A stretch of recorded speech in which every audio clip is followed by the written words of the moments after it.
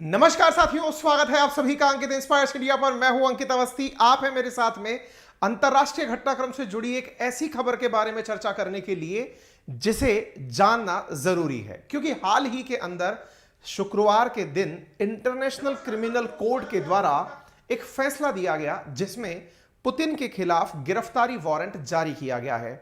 एक अंतरराष्ट्रीय न्यायालय के द्वारा, आईसीसी के द्वारा दिए गए फैसले की पालना में जब भारत पहुंचेंगे पुतिन, तो क्या उनकी गिरफ्तारी हो पाएगी?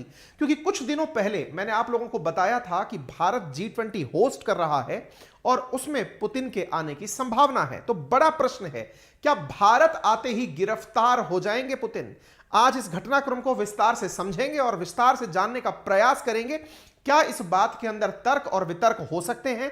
क्या भारत आईसीसी कोर्ट की मान्यता के लिए पुतिन की गिरफ्तारी सुनिश्चित करेगी? सारी बातें आज के सेशन में जानेंगे। अंतरराष्ट्रीय रूप से यह खबर कितना मायने रखती है, यह भी आज के सेशन में आपसे चर्चा किया जाएगा।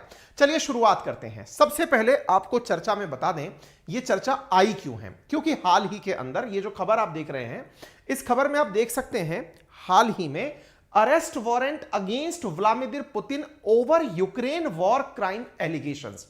यूक्रेन के अंदर वॉर क्राइम्स के चलते अरेस्ट वारंट जारी किया गया है, क्योंकि सुर्खियां हर अखबार की यही है। Putin visits Crimea after war crime, Putin arrest warrant, Biden welcome ICC war crime charges. Biden ने इस बात का स्वागत किया है, जेलेंस्की ने इस बात का स्वागत किया है। बड़ा सवाल यह है कि क्या पुतिन जब भारत आएंगे तो इस कोर्ट के फैसले की पालना में, जो कि अंतरराष्ट्रीय कोर्ट है, उसके फैसले की पालना में भारत उन्हें गिरफ्तार करेगा? और अगर ऐसा होगा तो दुनिया का फिर क्या प्रारूप होगा? क्या दुनिया के देश अब उनके खिलाफ एक साथ फोर्सेस अनाउंस कर देंगे? उनकी गिरफ्तारी के लिए सभी सेनाएं एक साथ इंप्लीमेंट करने निकल पड़ेंगी?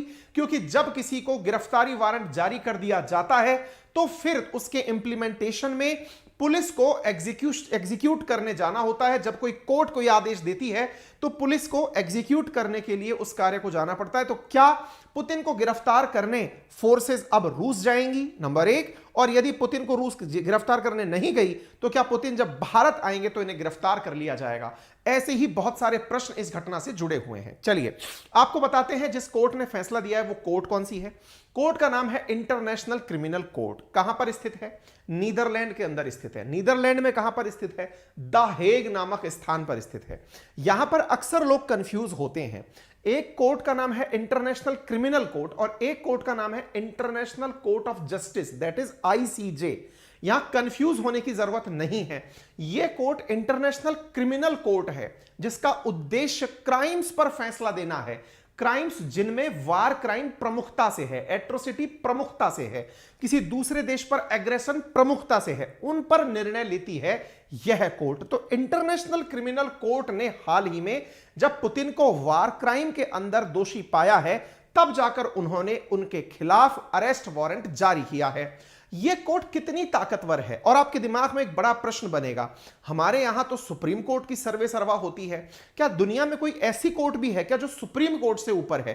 क्या दुनिया में ऐसी कोर्ट्स भी होती हैं क्या जो देशों की अपनी कोर्ट से भी ऊपर होती हैं? तो आइए आपको इस क्रम में मैं आगे बताता हूं। तो आप यहां पर एक खबर को ध्यान से पढ़ें तो एक तथ्य यहां पर निकल के आएगा, और वो ये है, आईसीसी के जजेस ने इशू किया है arrest warrant against Vladimir Putin. इसके साथ साथ मारिया एलेस्कियेवना लवोवा बेलोवा। ये जो नाम है लवोवा बेलोवा, आगे से नाम तो बहुत पुराना बड़ा सा है, आप फिलहाल के लिए इतना सा नाम याद कर लें, लवोवा बेलोवा करके कोई महिला है, उनके खिलाफ भी अरेस्ट वारंट जारी किया गया है। दो लोगों के खिलाफ। किस किस के खिलाफ? एक तो हो गया व्लादिमीर पुतिन और दूसरा हो गया लवोवा बेलोवा। इन दोनों के खिलाफ अरेस्ट वारंट जारी किया गया है। आप पूछेंगे क्यों किया गया है? वॉर क्राइम के कारण। वॉर क्राइम कहते किसे हैं? कौन सा वॉर क्राइम, किसके खिलाफ? तो आंसर है, इन्होंने यूक्रेन के बच्चों का अपहरण किया है और उन्हें डिपोर्ट किया है। डिपोर्ट का मतलब क्या हुआ? यूक्रेन से उठाकर अपने देश ले गए। कौन लोग? पुतिन और ये यवोवा बवोवा करके जो महिला है, इनके खिलाफ। ठीक है ना? तो नाम है लवोवा बलोवा। अब थोड़ा सा नाम इनका अटपटा सा है, बोलने में दिक्कत आ रही। लवोवा बलोवा, ठीक है। तो चाइल्ड राइट कमिश्नर हैं रूस की। कौन? लवोवा बलोवा और पुतिन। इन दोनों के खिलाफ क्या जारी किया गया है? Arrest warrant. क्यों जारी किया गया है? क्योंकि वार क्राइम किया है। क्या वार क्राइम किया है? इन्होंने बच्चों को जबरन अपहरण किया है। कौन से बच्चों का अपहरण किया है? यूक्रेन के बच्चों का अपहरण किया है। कहां से किया है? यूक्रेन से किया है। कहां लेके चले गए? रूस लेकर चले गए। कितने बच्चों का? लगभग 16,000 बच्चे 24 फरवरी 2022 से लेकर अब तक यूक्रेन में जिस क्षेत्र पर रूस ने अपना कब्जा किया है वहां से लोगों को निकालकर वो रूस लेकर चला गया है। ये आईसीसी कोर्ट का वर्डिक्ट है जिसमें ये पाया गया है। अब ये आईसीसी कोर्ट है क्या? नीदरलैंड के हेग में स्थित एक स्थायी इंटरनेशनल कोर्ट है। 1998 के अंदर द रोम इंस्टीट्यूट करके एक कानून बना था जिसकी पालना में इसकी 2002 में नियुक्ति हुई थी। इसके बारे में डिटेल से और भी चर्चा करेंगे। तो वार क्राइम में क्या रखा जाता है? असल में दुनिया भर के अंदर वॉर को क्राइम डिक्लेयर करने के लिए अलग अलग कानून बने हैं, जैसे हेग कन्वेंशन है, जिनेवा कन्वेंशन है, रोम इंस्टीट्यूट है, जिनमें यह प्रावधान किया गया है कि युद्ध अक्सर सेनाओं के बीच लड़ा जाता है। जब सेनाएं युद्ध लड़ती हैं तो फिर आम आदमी के साथ में बर्बरता या यातना ना हो, इसको सुनिश्चित करने के लिए कुछ कानून बनाए गए हैं। अर्थात जब एक फोर्स दूसरे फोर्स से युद्ध में हो तो वो उस दौरान उस देश की जनता के ऊपर किसी भी प्रकार की एट्रोसिटी ना करे, जैसे उन्हें यातना देना, आम नागरिकों को यातना देना, बंधक बनाना, नागरिक संपत्ति को नुकसान पहुंचाना, यौन हिंसा करना, लूटपाट करना और सेना में बच्चों को भर्ती करना। ऐसी हरकतें यदि युद्ध के दौरान कोई भी देश करता है तो इस प्रक्रिया को वॉर क्राइम कहा जाता है। यानी वॉर केवल फोर्सेस लड़ेंगी, उसके अलावा किसी और के ऊपर किसी भी प्रकार का कोई भी अत्याचार नहीं होगा। यह युद्ध के नियम हैं। युद्ध के नियमों को कौन निर्धारित करता है? तो बहुत सारे कन्वेंशंस, जैसे मैंने अभी नाम लिया, लेकिन अभी जिसकी चर्चा हो रही है उसका नाम है रोम इंस्टीट्यूट, रोम कानून। रोम कानून रोम इटली के अंदर 1998 में बना कानून, जिसकी पालना में आईसीसी की स्थापना की गई, इंटरनेशनल क्रिमिनल कोर्ट की स्थापना की गई, जिसमें कहा गया कि वॉर के अंदर कौन सी ऐसी घटनाएं हैं जिन्हें गैर कानूनी माना जाएगा। आप लोग ध्यान से देखें अगर तो आपको पता चलेगा रशिया यूक्रेन के युद्ध में भी फिलहाल जितने भी मिसाइलें गिरती आपने देखी हैं वो किसी व्यक्ति को टारगेट करके नहीं अपितु फोर्सेस को टारगेट करके डाली गई हैं। ऐसी स्थिति में यदि कोई आम नागरिक मारा जाता है तो अखबार की वो सुर्खी बनता है, इतने आम नागरिक मारे गए। आम नागरिकों का मारा जाना क्योंकि कन्वेंशन में क्राइम है, इसलिए हर देश उन्हें मारने से बचता है और हर देश उन्हीं की सुर्खियां बनाता है कि इतने नागरिक मारे गए। ठीक है, अच्छा, अब आईसीसी ने कहा कि पुतिन ने बच्चों का अपहरण होने से नहीं रोका। 24 फरवरी 2022 से लेकर अभी तक युद्ध बंदियों को जहां पर पुतिन ने कब्जा किया था वहां से ले जाकर रूस ले जाने का कार्य किया, जिसके चलते जिन बच्चों पर कष्ट किया कष्ट रोपित हुए या जो परेशान हुए उन पर अभी तक किसी प्रकार का कोई भी देश निर्णय नहीं ले पाया है। इसलिए आईसीसी निर्णय लेने पर बाध्य हुआ है। ठीक है, 16,000 बच्चों का आंकड़ा निकलकर आता है। कुछ रिपोर्ट्स में यह आंकड़ा 6,000 है, कुछ रिपोर्ट्स में यह आंकड़ा 16,000 है। 6,000 का यहां पर मीडिया रिपोर्ट है, जहां आईसीसी बोल रही है वहां 16,000 से अधिक यूक्रेनी बच्चे हैं। कुल जमा बात इतनी है कि यूक्रेन से बच्चे ले जाकर के रूस ले जाए गए। अब सवाल बड़ा बनता है, क्या यह केवल एक झूठी बात है या इसमें कोई सार्थकता है? तो मैं आपको एक ऑडियो सुनाता हूं। उस ऑडियो से यह तो सिद्ध होता है कि यूक्रेन से बच्चे ले जाए गए हैं। कहां? रूस। आइए मैं आपको एक ऑडियो सुनाता हूं।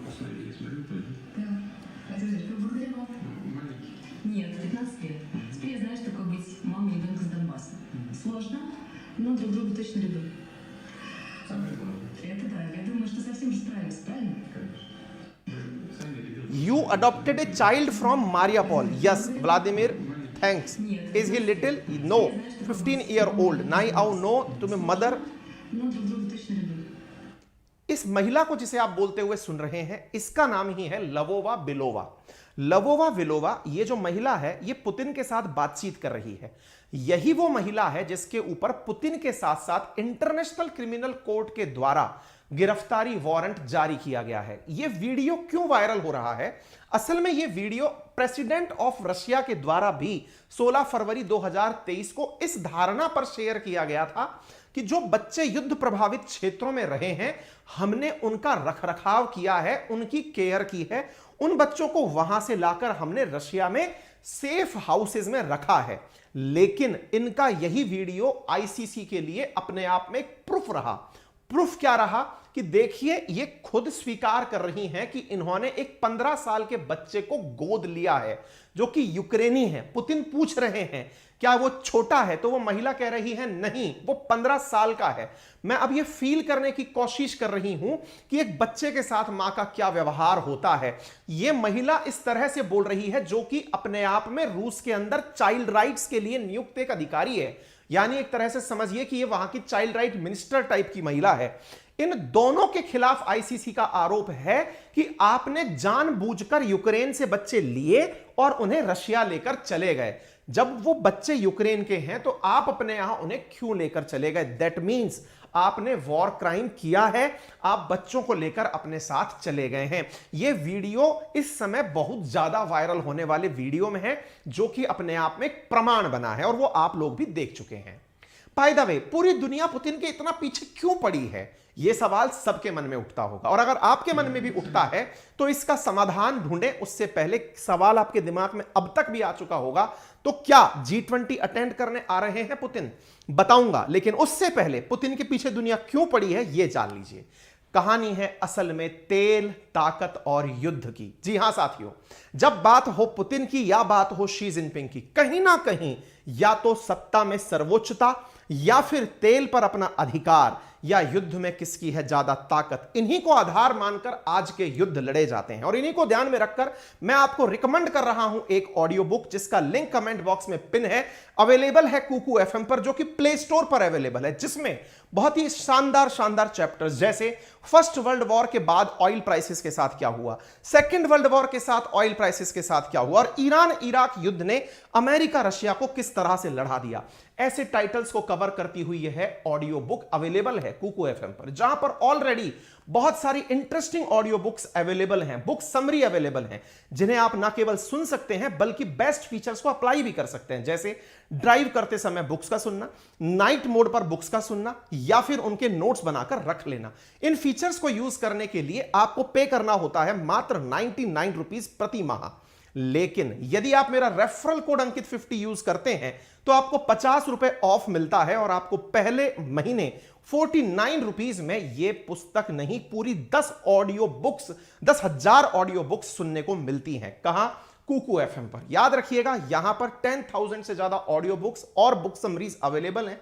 मंथली सब्सक्रिप्शन अवेलेबल है, आप इन्हें आज ही यूज कर सकते हैं। साथियों, रेफरल कोड अंकित 50 यूज करना मत भूलिएगा पहले महीने के लिए। बढ़ते हैं आगे। अब सवाल फिर से आपके दिमाग में आएगा कि सर, अब तक आप ये तो कह चुके हो कि जो पुतिन है वो आईसीसी की नजर में वॉर क्राइम कर चुके हैं, खुद स्वीकार कर रहे हैं कि बच्चे मैं लेकर गया था। अगर ऐसा है तो क्या अब उस कोर्ट के आदेश के डर के चलते पुतिन दुनिया में कहीं जाएंगे? और इस आदेश का मतलब क्या है? सबसे बड़ा सवाल तो यह कि क्या वो G20 समिट अटेंड करने इंडिया आएंगे? और तो और सर, आएंगे तो ठीक है, मुझे यह बताइए वर्ल्ड ने इस बात पर प्रतिक्रिया कैसी दी है? वर्ल्ड की प्रतिक्रिया जाननी है तो सबसे पहले जेलेंस्की की प्रतिक्रिया जान लीजिए। जेलेंस्की ने कहा है यह तो बस शुरुआत है, यह एक हिस्टोरिक डिसीजन है, एक ऐतिहासिक निर्णय है जिसकी पालना होगी तो निश्चित ही दुनिया के लिए एक अपने आप में बहुत बड़ा मैसेज होगा। इसके बाद में यही सवाल बाइडेन से पूछा गया कि बाइडेन, आप क्या मानते हैं कि यह जो निर्णय हुआ यह कैसा है? सेम यही जवाब इनका था। यह क्लियरली प्रूव होता है कि पुतिन ने वॉर क्राइम्स किए हैं, इसलिए यह फैसला बहुत ज्यादा मानने योग्य होगा। जर्मनी से पूछा गया, आप क्या मानते हैं? जर्मनी ने कहा कि यदि पुतिन ने हमारे यहां कदम रखा, हम उन्हें गिरफ्तार कर लेंगे। जब ये बातें मार्केट में आने लगती हैं तो साहब अपने आप में ये न्यूज का मार्केट गर्म हो जाता है। सवाल एक ही निकल कर आता है, क्या रशिया वाकई में इस खबर से परेशान होगा? क्या भारत में पुतिन आ पाएंगे? चलिए अब इस बात को विस्तार से जानते हैं, लेकिन उससे पहले आपको थोड़े बेसिक कंसेप्ट्स बताते हैं। कंसेप्ट्स क्या हैं साथियों? दुनिया भर में न्यायालय दुनिया के देश खुद से बनाते हैं। अपने अपने देश की न्यायालय होती है, जैसे हमारे यहां सुप्रीम कोर्ट है, दुनिया में किसी और देश के अंदर अपनी कोर्ट है।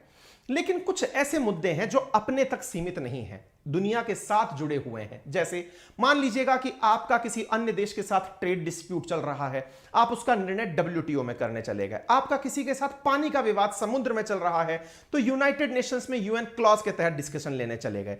दुनिया भर में UN एक ऐसी अंतरराष्ट्रीय संस्था बनी जहां दुनिया के देश आपस में मिलकर अपनी परेशानियों को रिजॉल्व करने एक अंतरराष्ट्रीय कोर्ट में जाकर बैठते हैं, और इस कोर्ट का नाम है ICJ, international court of justice. इसका भी मुख्यालय नीदरलैंड के हेग में है, लेकिन यह कोर्ट यूनाइटेड नेशंस के अनुसार चलती है। यूनाइटेड नेशंस के जो मेंबर कंट्री हैं वो स्वतः ही ICJ के मेंबर हो जाते हैं, यानी ICJ यूनाइटेड नेशंस की एक कोर्ट होती है। लेकिन जो आज चर्चा में है कोर्ट, उसका नाम है ICC, यानी इंटरनेशनल क्रिमिनल कोर्ट, यानी केवल क्राइम्स पर काम करने वाली कोर्ट, जिसका प्रमुख उद्देश्य वार क्राइम्स और जीनोसाइड जैसी मुद्दों पर निर्णय लेना है। क्या ये दोनों कोर्ट एक जैसा काम करती हैं? आंसर है जी नहीं। क्यों? क्योंकि असल में जो ICC है उसके पर्पज केवल 4 हैं। एक है जीनोसाइड, जैसे यहूदियों का किया था किसने?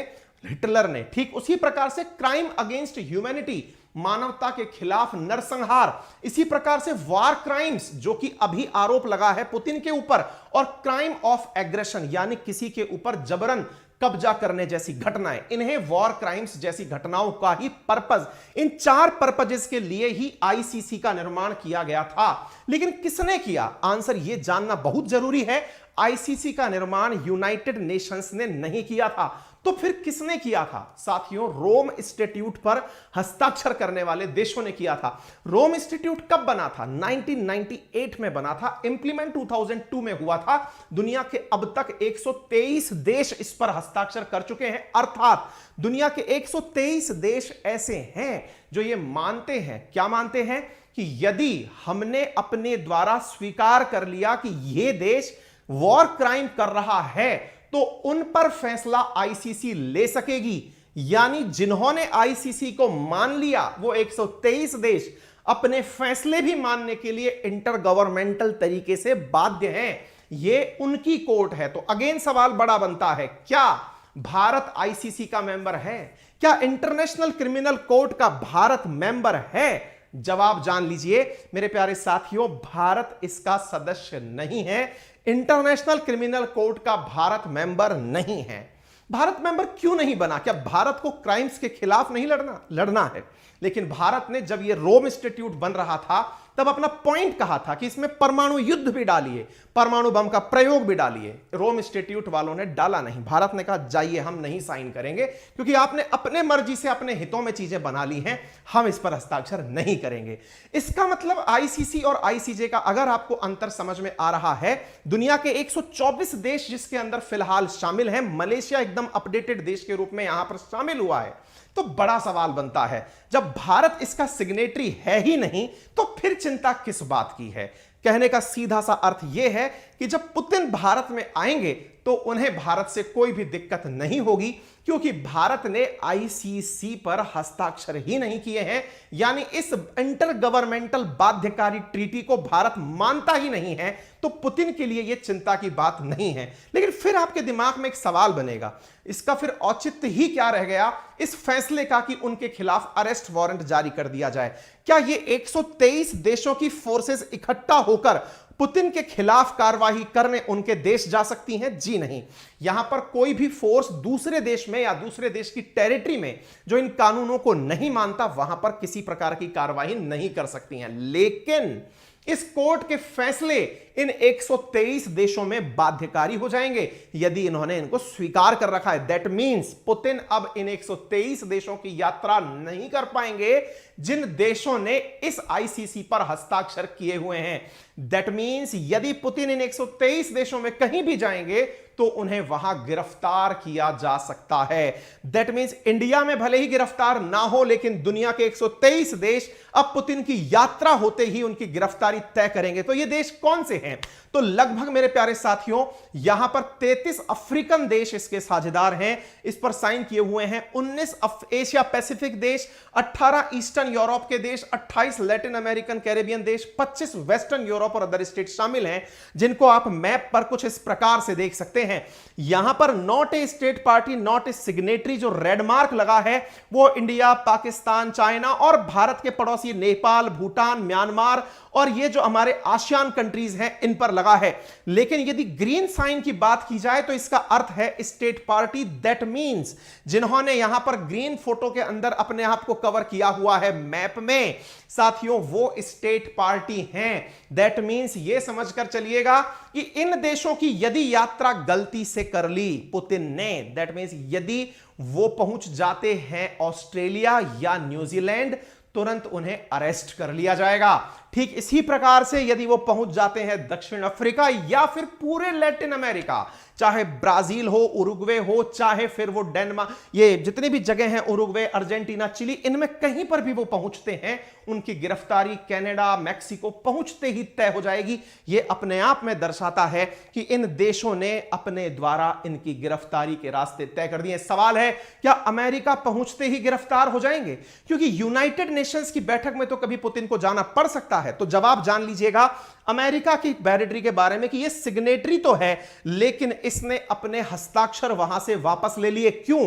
क्योंकि यूनाइटेड नेशंस का मुख्यालय अमेरिका में है। ऐसे बहुत से देश संभव है जिन पर आईसीसी फैसले ले ले और वो अमेरिका की यात्रा पर जाएं, तो ऐसी स्थिति में संभव है कि यूएन की अवधारणा ही टूट जाए। इसलिए अमेरिका ने इस पर साइन तो किए थे लेकिन अपने साइन वापस ले लिए, अर्थात फिलहाल अमेरिका इसका हिस्सा नहीं है। यदि पुतिन अगर अमेरिका की यात्रा पर होंगे तो उन्हें कोई गिरफ्तार नहीं कर पाएगा। तो आपको बहुत सारे डाउट अब तक क्लियर हो चुके होंगे। नंबर 1, क्या वो भारत आने पर गिरफ्तार हो जाएंगे? आंसर है नहीं। नंबर दूसरा, क्या 123 देशों की पुलिस उनके खिलाफ एक्शन ले सकेगी? आंसर है नहीं। वो उनको गिरफ्तार करने उनके देश नहीं जा सकती। तो फिर मतलब क्या निकला? मतलब ये कि ये देश इनके साथ में अगर 123 की जगह 124 है, 101 ताजा अपडेट हुआ है, बहुत सारी जगह 123 लिखा रहा है, इसलिए बार-बार 123 निकल जा रहा है मेरे मुंह से। 124 देशों की पुलिस इनके खिलाफ कार्रवाई कर पाएगी? नहीं। 124 देशों में यदि उन्होंने यात्रा की तो वहां की फोर्सेस उन्हें गिरफ्तार कर सकती हैं। इसलिए यह फैसला बहुत ज्यादा मायने रखता है। उम्मीद है आप लोगों को यह बात समझ में आ गई हो। रूस की प्रतिक्रिया क्या है? रूस ने कहा ये फर्जी बातें हैं, हम पहले ही इन देशों में नहीं जाना चाहते, इन देशों ने अपनी तरफ से फैसले ले लिए तो इससे हमें क्या फर्क पड़ रहा है। कहने का सीधा सा अर्थ है कि यह वारंट किसी प्रकार से फिलहाल पुतिन के लिए चिंता की बात तो नहीं है, लेकिन हां ग्लोबल एक्सेप्टेंस इससे पुतिन का कम होगा। पुतिन अंतरराष्ट्रीय स्तर पर किसी भी देश की यात्रा करने से पहले इस वारंट का महत्व समझकर ही कहीं जा पाएंगे। ये सारी चीजें आने वाले समय में मायने रखेंगी। क्लियर है? उम्मीद है आप सभी बातों को ये बात समझ में। तो फिलहाल इंडिया की अगर हम बात करें तो इंडिया पर कोई, लेकिन अब संभव यह भी है कि जब G20 देशों की बैठक हो रही होगी तो बहुत सारे देश उसमें, जैसे ऑस्ट्रेलिया है या कनाडा है, ये ऐसे मेंबर नेशन वहां उपस्थित होंगे जिनके यहां पर पुतिन वॉर क्रिमिनल हैं। ऐसी स्थिति में अगर ये देश भारत पर एक दबाव बनाने का, नैतिक दबाव बनाने का प्रयास करें कि आप ऐसे व्यक्ति को क्यों बुला रहे हो जो कि क्रिमिनल है, तो भारत पर एक नैतिक दबाव रहेगा कि इस स्थिति में पुतिन को शायद इतनी अच्छी से या तो मेजबानी ना मिले या उनको बुलाने के लिए बहुत ज्यादा इंसिस्ट ना किया जाए। यह डिप्लोमेटिक रूप से भारत के लिए बड़ा चुनौतीपूर्ण रहेगा। उम्मीद है आप इस बातों को समझ पा रहे हो। ठीक है, अच्छा, तो क्लियर हो गई होगी। अब बात आती है, क्या आज से पहले किसी देश पर यह काम एग्जीक्यूट हुआ है? बिल्कुल हुआ है। इससे पहले भी सर्बिया और कोसोवा के युद्ध के केस में ऐसे ही एक राष्ट्राध्यक्ष पर ऐसे ही यह केस एग्जीक्यूट हुआ था। ऐसे ही साउथ सूडान के अंदर एक राष्ट्रपति थे, उनके ऊपर ऐसे ही यह केस एग्जीक्यूट हुआ था और उनकी गिरफ्तारियां हालांकि नहीं हो पाती हैं, लेकिन अंतरराष्ट्रीय रूप से बड़ी किरकिरी होती है जब आपको यह पता चले कि आपके मतलब राष्ट्राध्यक्ष को किसी ने गिरफ्तार करने का वारंट जारी कर दिया। दुनिया के इतने सारे देश आपके खिलाफ होकर के आपको, मतलब कहते हैं ना, जैसे अपने डॉन के अंदर डायलॉग है कि इतने मुल्कों की पुलिस मेरे पीछे पड़ी है। अब यहां के राष्ट्राध्यक्ष हो सकता है चुनाव प्रचारों में कहें कि 123 देशों की पुलिस मेरे पीछे पड़ी है, तो ये थोड़ा सा मतलब नेगेटिव पब्लिसिटी है, पॉजिटिव पब्लिसिटी तो कतई नहीं है। ठीक है ना, उम्मीद है आप लोगों को ये बात समझ में आ गई हो। हालांकि रूस इस पर प्रतिक्रिया दे रहा है कि ये सब फर्जी चीजें हैं, किसी को गिरफ्तार करने की हिम्मत है तो हाथ लगा के देखो, हम बम फोड़ देंगे। ये सब बातें तो अब अपने अपने तरीके के लोग कर ही रहे हैं।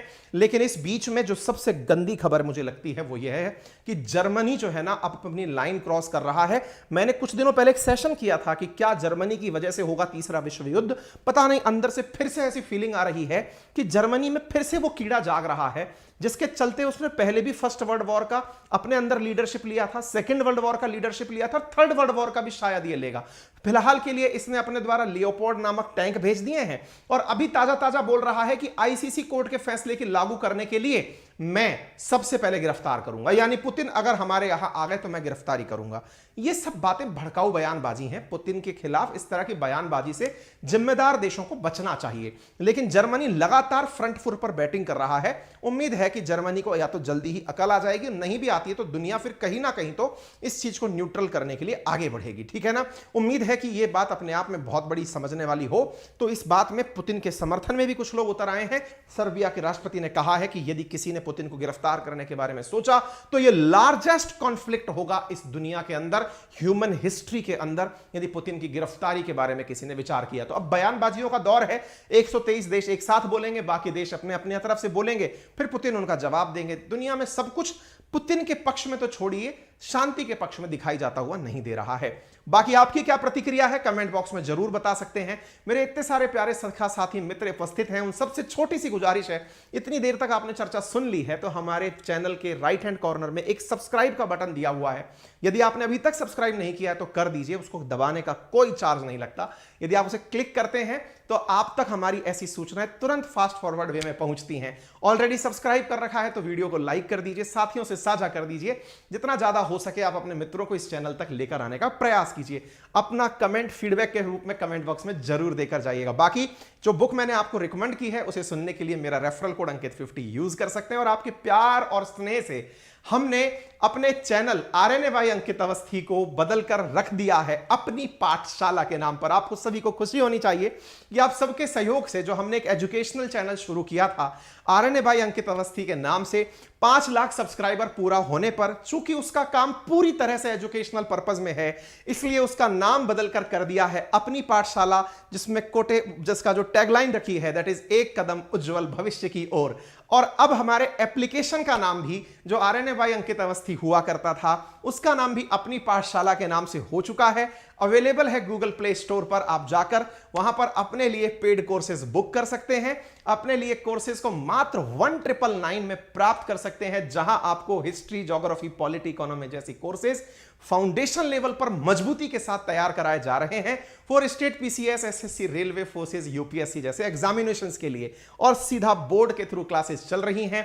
मंडे टू फ्राइडे क्लासेस चलती हैं, बाइलैंग्वेज क्लासेस होती हैं, लाइव क्लासेस होती हैं, और जो लाइव रह गई उन्हें आप रिकॉर्डेड फॉर्मेट में पूरे 1 साल तक के लिए देख सकते हैं। और जल्दी ही नया बैच शुरू होने जा रहा है जिसका अनाउंसमेंट मैं निश्चित ही आपको कल कर दूंगा। यदि आप में से कोई भी साथी उस नए बैच में अपने आप को एनरोल करना चाहता है तो उनका स्वागत है। फिलहाल के लिए इतना ही। अपना ख्याल रखें, बड़ों का सम्मान करें, छोटों को प्यार दें, अपना व्यक्तित्व इस प्रकार से विकसित करें कि महिलाएं आपके साथ सुरक्षित और सम्मानित महसूस करें।